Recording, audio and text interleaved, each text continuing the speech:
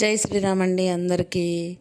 So ఈ crying బాబా video వచ్చేసి నాకైతే ఈ మధ్యకాలంలో ఎక్కువ చూడలేదన్నమాట. బట్ నిన్న మొన్న చూస్తే ఎంతసేపటికి బిడ్డ చనిపోయాడు అని చెప్పేసి ఒక వీడియో అయితే పెట్టడం జరిగింది. అయితే మనందరం ఏమనుకుంటాము, బిడ్డ అంటే సొంత పిల్లలనేమో అనుకుంటాం. ఎందుకంటే వీళ్ళు చేసిన ఆల్రెడీ ఇంతకుముందు డ్రామా ఏదైతే ఉందో, సో సొంత పిల్లల గురించే తీశారు. కడుపు వచ్చిందని, కడుపు పోయిందని, పిల్లలు చనిపోయారని, అబార్షన్ అయిందని, లేకపోతే పుట్టిన పిల్లలు మా తారుమారయ్యారు, మా ఆడపిల్లని తీసుకెళ్ళి వాళ్ళకి ఇచ్చాము, వేరే వాళ్ళ మగపిల్లగాడిని తీసుకొచ్చి మేము పెంచుకున్నాము, లేదంటే మా ఇంటి మగపిల్లగాడిని ఇచ్చేసాము, ఆడపిల్లని తెచ్చుకున్నాము. సో ఇలాంటివన్నీ కూడా వీళ్ళ ఫ్యామిలీ డ్రామాల్లో ఒక భాగమే అనమాట. దాని గురించి వాళ్ళు ఫీల్ అవ్వడం అనేది లేదు.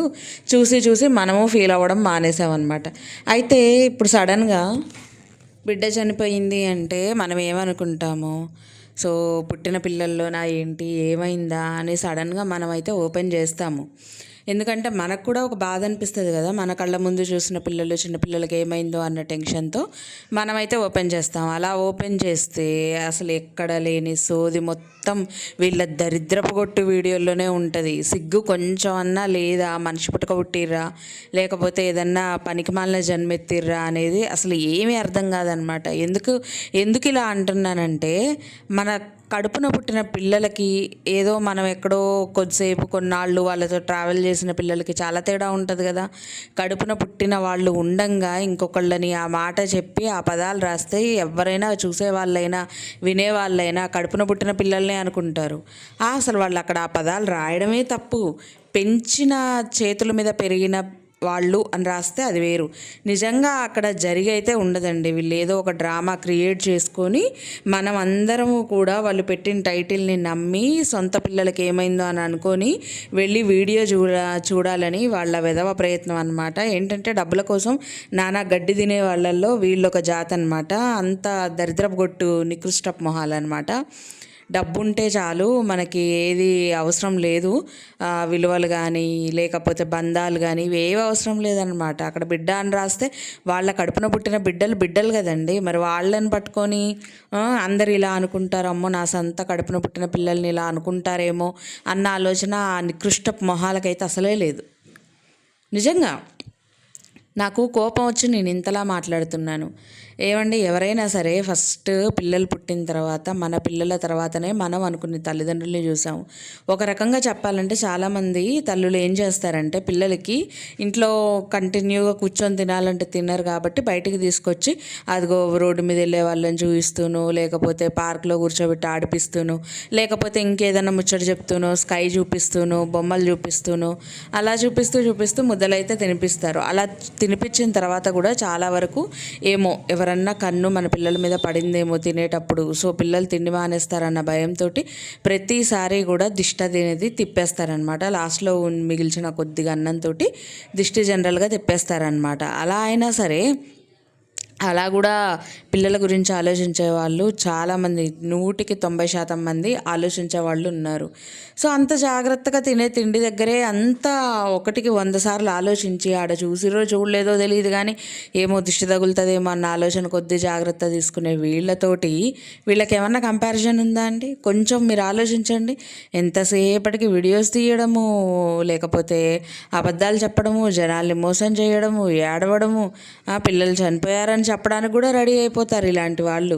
అసలు కొంచెం సెన్స్ లేకుండా బిహేవ్ చేసే ఇలాంటి వాళ్ళని ఏమనాలో, ఏ చెప్పులు తీసుకొని కొట్టాలో నాకైతే అర్థం కావట్లే నిజంగా. ఎలా పెడతారండి? ఎవరో చేతుల మీద పెంచిన పిల్ల ఎవరో మరి మొత్తానికి చనిపోయారంట. చనిపోతే ఈవిడ ఇక్కడ కూర్చొని సోపాలు పెడతా ఉంది. సరే సోపాలు పెడితే పెట్టిరు, అది మనకెందుకు? వీడియోలో మనకు పెట్టాల్సిన అవసరం ఏంది? పోనీ చనిపోయిన అమ్మాయిని ఏమన్నా చూపించారా? లేదు. వీళ్ళు వీడియోల కోసం అడ్డమైన గడ్డి తింటారు కదా.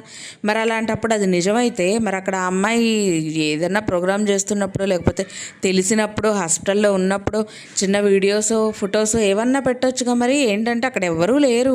వీళ్ళు వీడియో కోసం ఒక కంటెంట్ని క్రియేట్ చేసుకొని వీళ్ళ పనికి మాలిన ఏడుపు, కళ్ళల్లో గ్లిజరిన్ వేసుకుంటారో లేకపోతే బత్తాయి జ్యూస్ పెట్టుకుంటారో, మొత్తానికి ఏడుపు అయితే ఎక్కడ లేని ఏడుపు వచ్చేస్తుంది, కానీ కళ్ళల్లో నీళ్లు కనపడవు.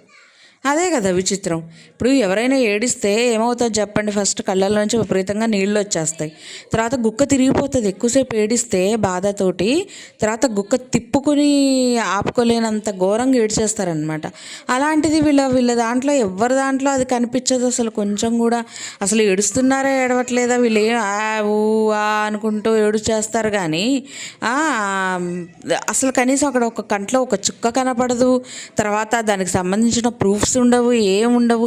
బిడ్డ చనిపోయిందని ఏడ్చేది అంటే మరి నీకు పుట్టిన పిల్లలు నీ బిడ్డలు కాదా? లేకపోతే లోకం మీద నీ చేతుల మీద ఒక్కరోజు పెరిగినా 2 రోజులు పెరిగినా వాళ్ళందరూ నీ పిల్లలా? అసలు కొంచెం సిగ్గనేది ఉండాలి. పోనీ ఏడిస్తే ఏడిచారు సచ్చారు మాకెందుకు, ఈ లొల్లంతా మాకెందుకు వీడియోల్లో? మీకు ఏదన్నా నచ్చితే మీ కొంపల్లో ఆడవండి, మీరు తగలడండి, ఏదైనా చేసుకొని సావండి.